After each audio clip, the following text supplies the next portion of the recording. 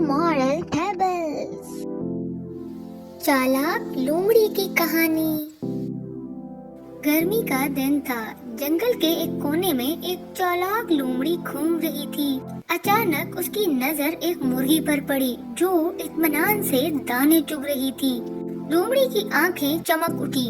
उसने सोचा, वाह, आज तो मेरा मजेदार नाश्ता तैयार है। वो आहिस्ता आहिस्ता दबे पांव करीब पहुंची, फिर एक लंबा जस्ट लगाकर मुर्गी को दबोच लिया। मुर्गी डर के मारे कुड़कुड़ाई, लेकिन लोमड़ी खुश होकर बोली, आज तो मजेदार खाना बनेगा। लोमड़ी ने अभी मुर्गी को खाया भी नहीं था कि अचानक उसके जहन में ख्याल आया, अगर एक मुर्गी मुझे ऐसे मिल गई है तो आगे और भी मिल सकती हैं।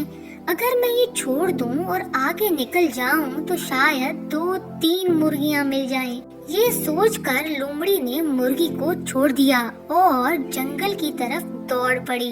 मुर्गी जान बचाकर फौरन उड़कर दरख्त पर जा बैठी। लोमड़ी इधर उधर दौड़ती रही, कभी झाड़ियों में झांक कर देखती, कभी खेत के किनारे पर छुपती, लेकिन शाम हो गई और उसे दूसरी मुर्गी ना मिली। सूरज गरूब हुआ, पेट भूखा और टांगे थकी हुई थी। लोमड़ी निढाल होकर दरख्त के नीचे लेट गई और बड़बड़ाने लगी, काश मैं पहले वाली मुर्गी ही खा लेती। अब तो ना पहला मिला ना दूसरा, लालच में सब कुछ खो दिया। उसी वक्त दरख्त पर बैठी मुर्गी हंसकर बोली, लोमड़ी बहन, तुमने आज सच में एक सबक सीखा है। लालच हमेशा खाली हाथ छोड़ता है।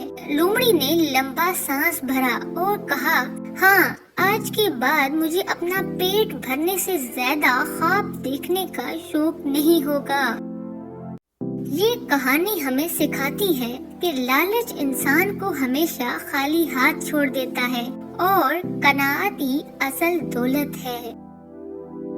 Thanks for watching.